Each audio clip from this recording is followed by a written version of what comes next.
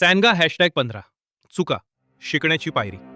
चला, थोडं आपल्या आयुष्यात उपयोगी पडेल अशा गोष्टी शिकूया. परीक्षेत चूक झाली, पेपरात लाल शाई दिसली, वाटलं सगळं संपलं. थांबा.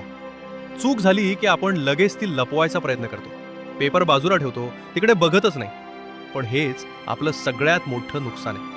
पण सायन्स सांगतं काही और. जेव्हा चूक होते तेव्हा मेंदूत एक विशेष रसायन स्रवतं, ज्याला म्हणतात एसिटाइल कोलिन. हे मेंदूला सतर्क करतं, अरे इकडे लक्ष दे म्हणतं. चूक झाल्यावर मेंदू म्हणतो, हा मार्ग चुकीचा आहे, नवीन शोधूया. आणि मग तो नवीन मार्ग तयार करतो. जितक्या जास्त चुका तितके जास्त नवीन मार्ग. म्हणजे चुका म्हणजे मेंदूची जिम. थॉमस एडिसन म्हणाले होते, मी 1000 वेळा चुकलो नाही, तर बल्ब बनवण्याचे 1000 मार्ग शोधले.